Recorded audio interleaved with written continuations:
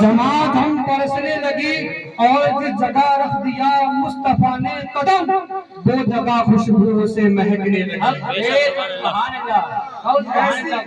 ایسی محفلیں ہمارا یقین ہے، عقیدہ ہے، ہم سنی مسلمان ہیں کہ ہمارے آقا ایسی محفل کو سنتے ہیں، ایسی محفل کو سماعت کرتے ہیں، اور کل قیامت میں روزے محشر میں جب ہم کھڑے ہوں گے نبی کی محبت کی بات آئے گی تو کہہ دیں گے پروردگار عالم ہم نے اپنا وطن چھوڑا پردیس رہنے گئے تھے، وہاں مزدوریاں کرتے تھے، کام کرتے تھے، لیکن جب ہماری لائف میں زندگی میں نبی کا جشن پاک آیا تو ہم نے وہاں پر منایا غلامی کا ثبوت۔ سبحان اللہ، نعرے تکبیر، نعرے بلند آواز میں نعرے کا جواب دے، نعرے تکبیر، نعرے رسالت، نعرے رسالت، آقا کی آمد، آقا کی آمد، دونوں ہاتھوں کو پرچم کی نیت سے لہرائیں، آقا کی آمد، آقا کی آمد، سوڑے کی آمد، سب جھوم کے بولو، ارے ذرا زور سے بولو، سب مل کر بولو، نعرے تکبیر، نعرے رسالت۔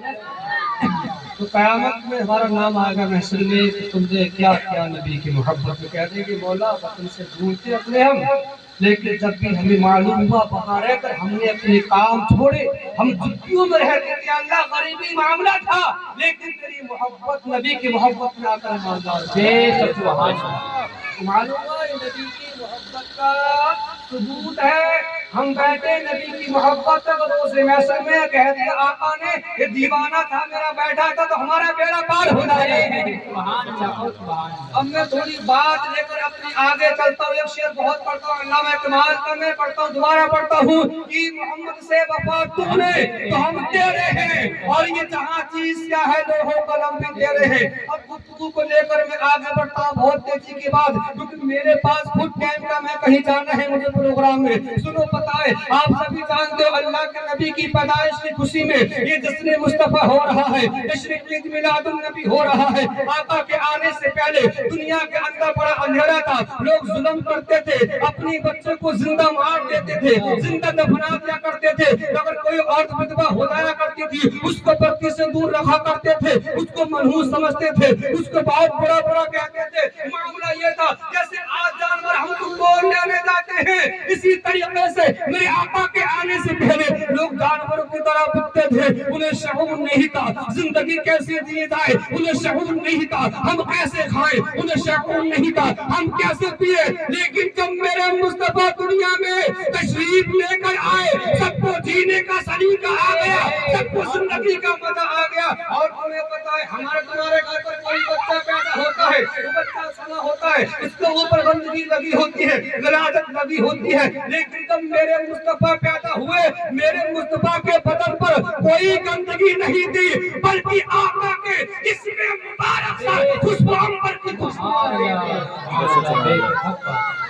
دنیا میں بچہ پیدا ہوتا ہے ہمارے تمہارے گھر پر، اس پہ گندگی لگی ہوتی ہے، سنا پتا ہوتا ہے، لیکن ہمارے پیارے مصطفیٰ پیدا ہوئے گندگی نہیں تھی بلکہ خوشبو آ رہی تھی۔ لوگوں سنو، خوشبو آ رہی تھی۔ آج ہمارے گھر پر اگر کوئی بچہ پیدا ہوتا ہے اس پہ غلاظت لگی ہوتی ہے، اس پر گندگی لگی ہوتی ہے، لیکن میرے آقا کو دیکھو جب دنیا میں آ رہے ہیں تو آپ کے اوپر گندگی نہیں ہے، بلکہ راوی لکھتا ہے، لکھنے والا لکھتا ہے جب پیارے مصطفیٰ دنیا میں پیدا ہوئے تو آپ کی آنکھوں میں سرما لگا ہوا تھا۔ سبحان اللہ۔ لوگ سنو یا بچوں کے ساتھ سنو، پیارے مصطفیٰ کی آنکھوں میں سرما لگا ہوا تھا جب میرے پیارے آقا دنیا میں پیدا ہو رہے تھے۔ آپ کی ناک بھی کٹی ہوئی تھی، بال کڑے ہوئے تھے، کنگا ہوا تھا، یعنی کہ ایسا معاملہ تھا جو آتا تھا وہ یہ کہتا تھا یہ بچہ کیسا ہے، یہ بچہ کیسا ہے، نہیں تو کوئی گندگی ہے نہیں کوئی اس پہ غلاظت ہے، تو کہنے والے نے کہا یہ بچہ عام نہیں ہے